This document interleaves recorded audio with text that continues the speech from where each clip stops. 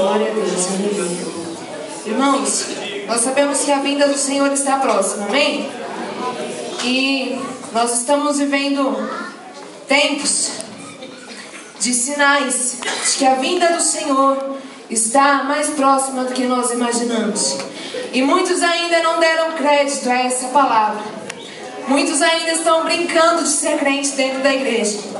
Mas eu quero te dizer que a vinda do Senhor está próxima.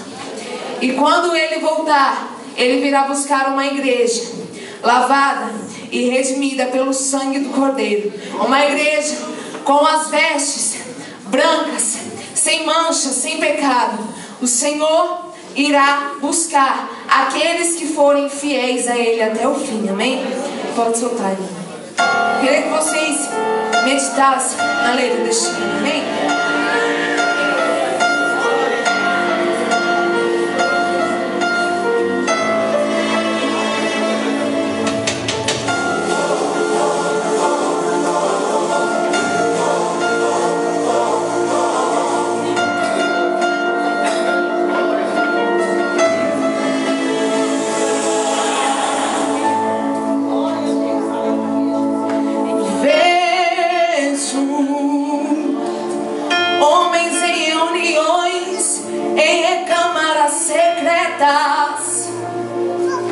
Discutindo leis ainda encobertas, planejando mal contra a igreja de Deus. Vejo o pecado se espalhando nas cidades em rápido tempo, e a sensualidade vai entrando até dentro dos tempos. E muita gente pensando que está vivo, mas já morreu.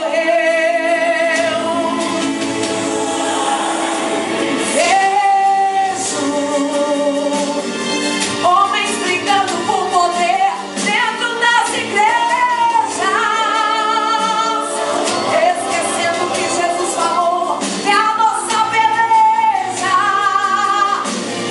é contra as hostes infernais da maldade, da maldade. Vejo as 10 virgens esperando o noivo, mas todas dormindo.